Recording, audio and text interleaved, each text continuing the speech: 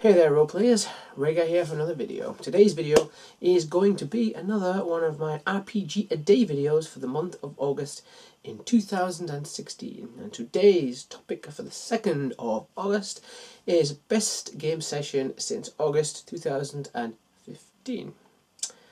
Now it doesn't really specify in the question if that is as a player or as a GM.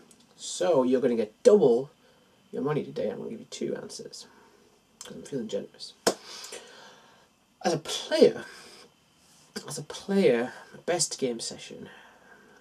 I think, I'm very fortunate. I'll put that out there. I'm very fortunate to play in a lot of brilliant games, and I get to work under a lot of GMs and play with a lot of fantastic other players. So I don't think the other games are not good. They're excellent. I get to play a lot of high caliber games. My favourite, I think, because of the way it ended, is one of the games at the UK Games Expo. I mentioned this in a previous video, but it was kind of, maybe I was Alien inspired. Maybe it was a sci-fi game using the World of Darkness rules. We played Mortals, and it was a story about us going to this space station and trying to figure out what happened. And I was the corporate representative, and I wasn't real well liked by the other characters. Players were great, but I was sort of the representation of the man. I was the money. I was the guy that people just expected to be a betrayer and only interested in assets, which is how I played him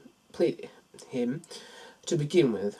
But as things progressed, the characters sort of came to the realisation that he was getting played as much as the other characters in terms of what the corporate world was setting them out to do and what he was actually being asked to do. So he kind of rebelled a little, and it created this wonderful moment that I'm going to take with me for years, in that my character was the person that no one thought was any good, was the kind of the corporate stick, and he turned out to be the one that tried to save the people on the station. He tried to do the right thing, and he did the right thing, but it backfired on him, and him spectacularly. He ended up being arrested as an eco-terrorist because of how things played out. How, I don't want to ruin it because I want to do a recap, but basically he ended up being the only person on the station after they reversed what happened. And it was covered up by sending him to prison, while the other characters got away kind of free. So it had this lovely kind of synergy where the guy that no one liked is actually the guy that saved everyone, but also the person who got blamed for everything and put in prison, probably for the rest of his life. So I had that wonderful kind of cautionary tale almost of be careful. No good deed goes unpunished kind of thing, which I really enjoyed. Now, as a DM, my favourite session would have probably be the in the last year or so will probably be the very first time I ran Numenera for the group of people who I am involved in, the Pendragon.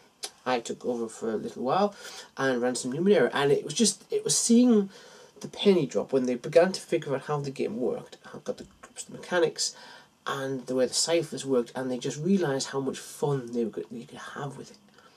Well, at one point we had to do they needed to get from one tower in a city to another, because the way that these towers work in the city is that the towers mirror each other, and that anything in one tower technologically will eventually be replicated, and they broke a sort of a doorway to somewhere else in the Ninth World in this tower, but they knew if they could get to the other tower in time, there would be a replicate portal, for want of a better word, to get where they needed to go, but they had to do it quickly before the change would take effect at the other tower.